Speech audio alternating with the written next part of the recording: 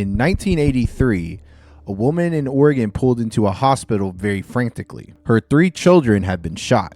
One was barely alive, and behind the wheel was a woman by the name of Diane Downs. She told police that a stranger had flagged her down and demanded the car, and when she refused, he ended up shooting all 3 of her children. It was a terrifying story, but almost immediately, something didn't line up. It wasn't exactly the details, it was the demeanor. When detectives first started interviewing her, she remained calm, measured, and even at times, nurses reported that she was smiling. Because usually after extreme trauma, the body betrays you.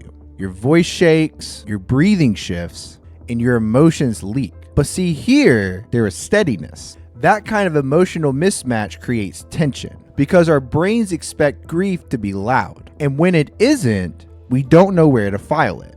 So investigators started to dig deeper.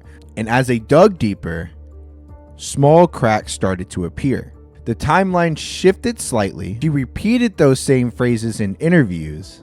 That consistency can signal truth, but it can also signal control. Then more media appearances came. She spoke clearly, confidently. It was almost like she was detached. And that's when the investigation changed directions. See, forensic evidence began contradicting the roadside story. See, there was no tire marks matching her account. There was ballistic inconsistencies. And the emotional flatness now started to carry more weight. Because when the narrative stays smooth under pressure, people start asking whether it's natural or constructed. And that question became very central. And eventually it was discovered after one of her kids was alive that it was actually Diane Downs that shot her own kids.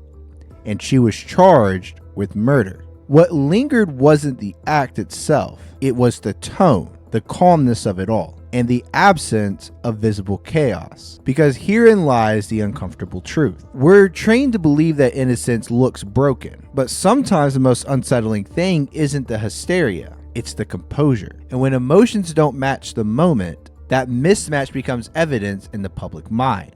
And if you enjoy the breakdowns of dark psychology and true crime cases, go ahead and hit that follow button so you don't miss out on the next one.